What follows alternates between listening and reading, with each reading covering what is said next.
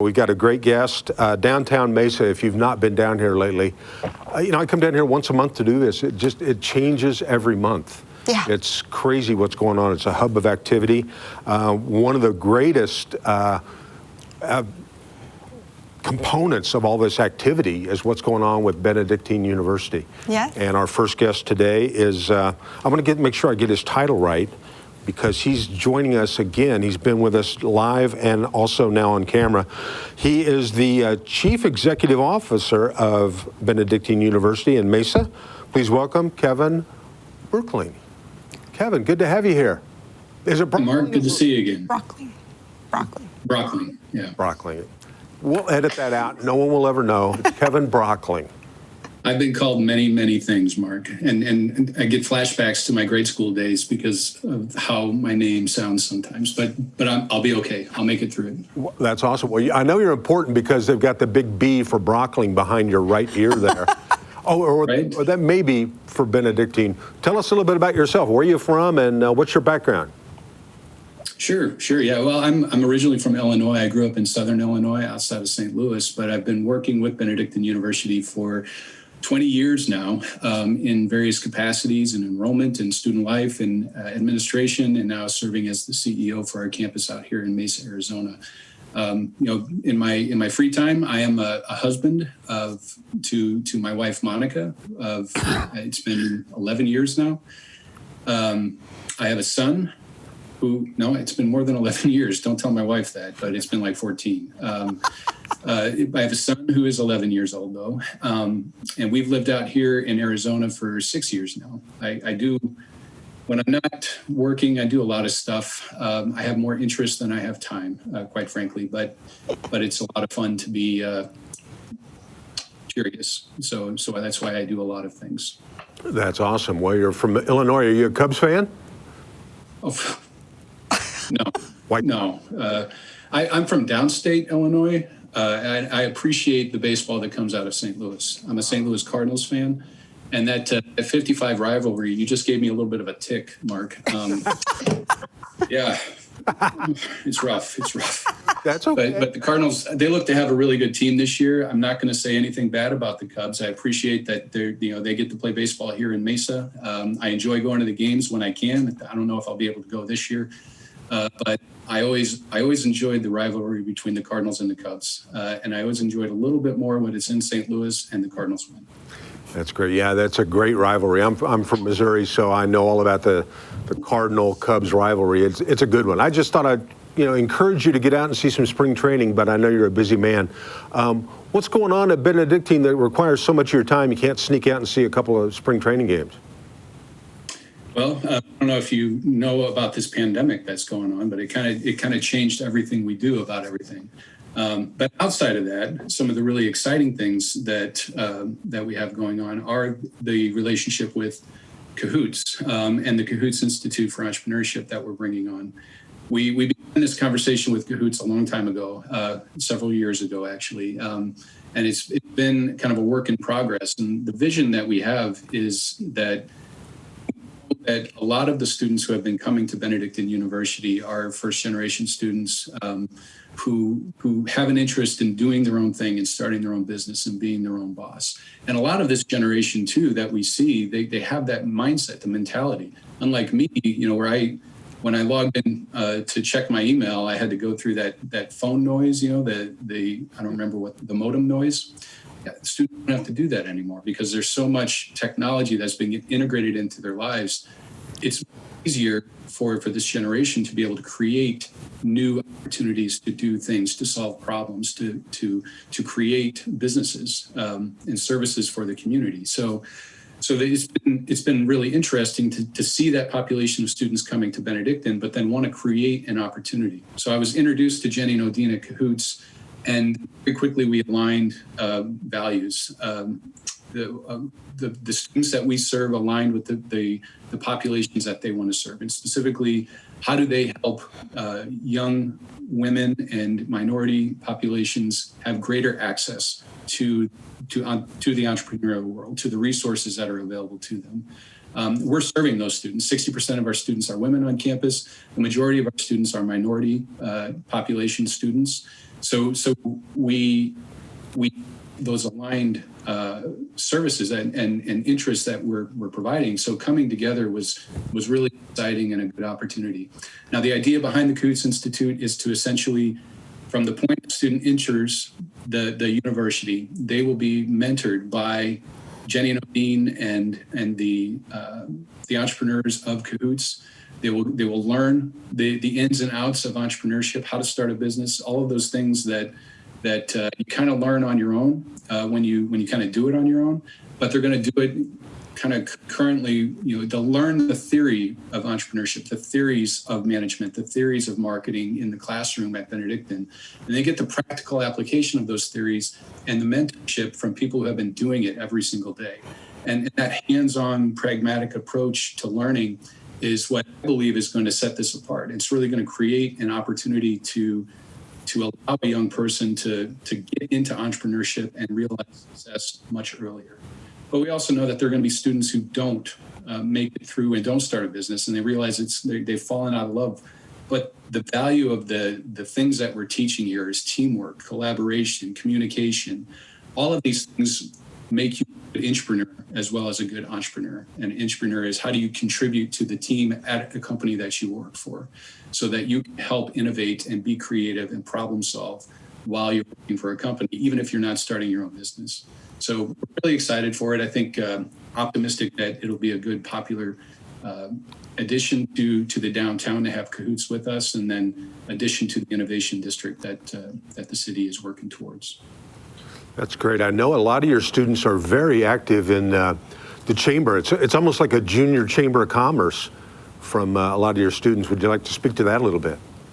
Well, it is exactly a junior chamber of commerce, and that is the brainchild of our president, Charlie Gregory, our founding mother, Joe Wilson, and Sally came together and created, they do that. And our president is really good at that, and Joe is really good at that, and Sally's very creative, and she can do anything.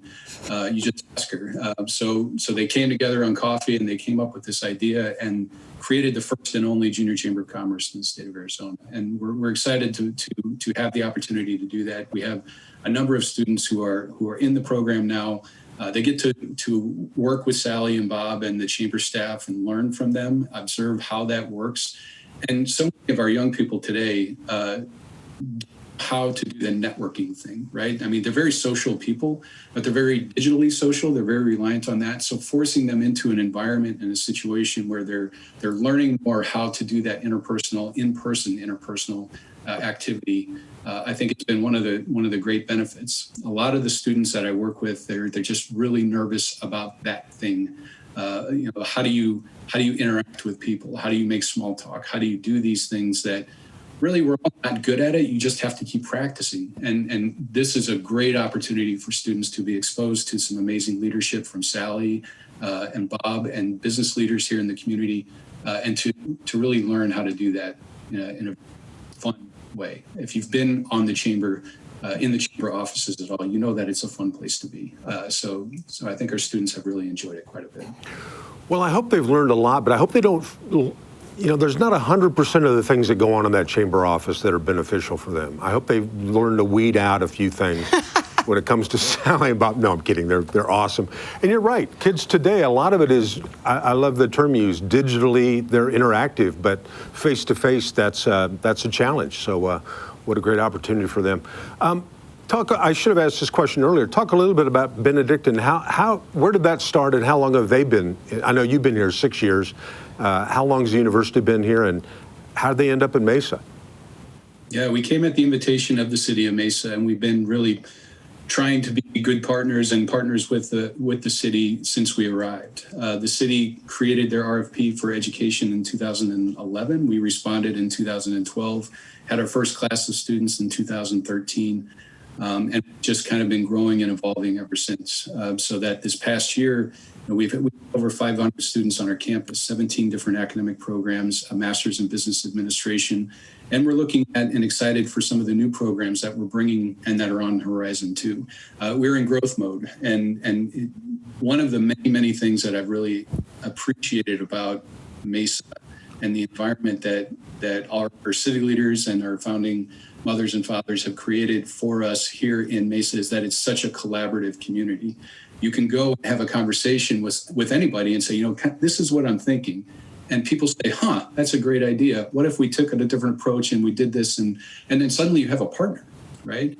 There are other parts of the country where such conversations are much harder to have. And here in Mesa, people want to work together. People want to grow together. And I think that's been one of the many things that I've really enjoyed about being here. Well, I'll tell you what, if your university grows at the pace that Mesa's growing, you're going to take over everything. It's amazing amount of growth. How many students do you have now, ballpark? You probably know exactly, but give us a rounded off number here. Yeah, we started the fall with 534. Wow, that's great. Where's that beautiful building that's behind you? Where's the physical address of that? That's 225 East Main, but we actually we have 4 different buildings that we use in downtown Mesa. 225 East Main is our primary building. That's where the administrative offices are, many of the classrooms are for most of our programs. But through the city of Mesa and their HEAT initiative, they renovated the forensics lab that was over by the police department. And we actually use most of the first floor there now. Our athletic department is there. We have a couple of faculty offices there as well. Our health science program is mostly taught out of that area. We partnered with the Mesa Art Space, and we offer classes at that facility now in one of their studios. And we've also had and hosted exhibits right there at Mesa Art Space, which is right down the road on Hibbert, just right down from our campus, Gillette Hall. And then we have the Alhambra, which is a 56-bed residence hall that we worked with venue properties, so Lorenzo Perez and John Kitchell, to take that historic building and upgrade it, renovate it. It's been recognized by Local First Arizona for the adaptive reuse of that space and that building. And it's just a really neat 56-bed facility that we have right here downtown as well. So with everything going on downtown, in fact, I just talked to our marketing and enrollment person yesterday that there's so much happening downtown. It's such an exciting place to be. There are new breweries coming in. The Cider Core is there. The entertainment that is downtown with the MAC and the amphitheater at the Nile Theater. There's so much going on downtown. The coffee shops, love the coffee. It's just a great place to be. And we like to think that everybody's coming downtown because we were here first. Seems logical, right? You mentioned coffee shops, which I can relate to. When I was in college, the breweries and the bars, that never really interested me. That's how I was able to squeeze a 4-year education into 6 years. But that's a whole nother story for another day. Hey, you mentioned athletics. I know that's kind of a bragging point for you. Talk a little bit about that. Well, in our short history, in our short time here in Mesa, we actually, in the 140-year history of Benedictine University, there has never been a national championship until when our men's volleyball team went to the national tournament and won the whole thing. Definitely a point of pride. Tomorrow, actually, our men and women's basketball team are heading to the national tournament as well. They're competing in Idaho for the first time ever at the national tournament. Our baseball team also ranked nationally. They're number 13 in the nation. I believe it's the most recent ranking that they had. So we've been very fortunate. We've had a lot of success in athletics, and that's been a great way for us to build our student life, to build our school spirit, to build enrollment, and to give those students a great experience. We do that in partnership with so many different organizations in the community. Las Sendas is our home golf course. The city of Mesa Parks and Rec is our practice and home fields. The LDS Church at the Stake Center, we work with them a little bit as well for practice facilities. So it's been a really good thing for us, and we're really proud as Redhawks. We're really proud of the work that our athletes do. Wow, that is to be able to call Las Sendas your home course. That's pretty strong right there. Well, I'm sure my co-host Sally, she's got a great relationship with everything that's going on. Do you have anything you'd like to ask or add or He added everything. He covered it. There's a lot going on downtown, but Benedictine and Cahoots is definitely going to be a point of pride for everybody. That's awesome. Yeah. Well, Kevin, I know you're a busy man. Thank you for taking time. And I'll never mispronounce your name now that I know more about you, because I know you're a St. Louis Cardinal fan. And so when I think of the Cardinals, I think of Lou Brock. So I'll think of Broeckling. And I'll never, There you go. you know, because the spellings, see, I got you locked in now. You might be an educator at heart, Mark. I mean, to be able to come up with ways to memorize these things and remember these things, you might want to consider a career change. In my next life, yeah, I'm pretty smart. I can't remember where I parked 20 minutes ago, but I remember Broeckling. So thank you very much for taking time out of your busy day. To those of you that might have, you know what, there's people watching this show right now, and they're now more interested than ever in your university. How could they find out more about it and find out if their kids or grandkids might be a good fit? Yeah, well, we accept students of all ages. We have programs for everybody. Ben.edu/Mesa is a great place to start. You can come on campus even during the pandemic. We have staff on campus days a week who can meet with you and talk about programs that we have available. So feel free to come out, experience who we are as a Benedictine institution. The Benedictine difference, we believe that it's unique and it's special, and it's a values-driven and values-focused education that we provide for our students. So come on down, check us out. That's great. Kevin, thanks again for taking time out of your busy day. Keep up the good work. Keep growing. 5 years from now, prediction, how many students are you going to have? Mark, the president and I talk on a regular basis, and I think our potential out here is to certainly have more students in Mesa than we have in Lisle. Because of the students who are here, because of the community that's here, because of the unique opportunity that we offer, we're going to have more than 2,000 students. Not in 5 years, but the time is coming where we're going to be growing to that kind of size. But I do want to say we don't judge our success by the number, although the number is important. Obviously, our success is our students who graduate. Those students who are working at Banner Medical right now, the students who are working for Indeed.com, who are working for State Farm, who are working here in downtown Mesa, work for the city of Mesa in the police department. Those are our success stories right there. And that's where we continue to be proud of our alumni and the work that they do. That's awesome. Well said, and thank you very much. And thank you. When this is all behind us, well, we can't wait to have you come back face-to-face for another appearance at Mesa Morning Live. Thank you. It's always a pleasure to see you, Mark. Hey, thanks.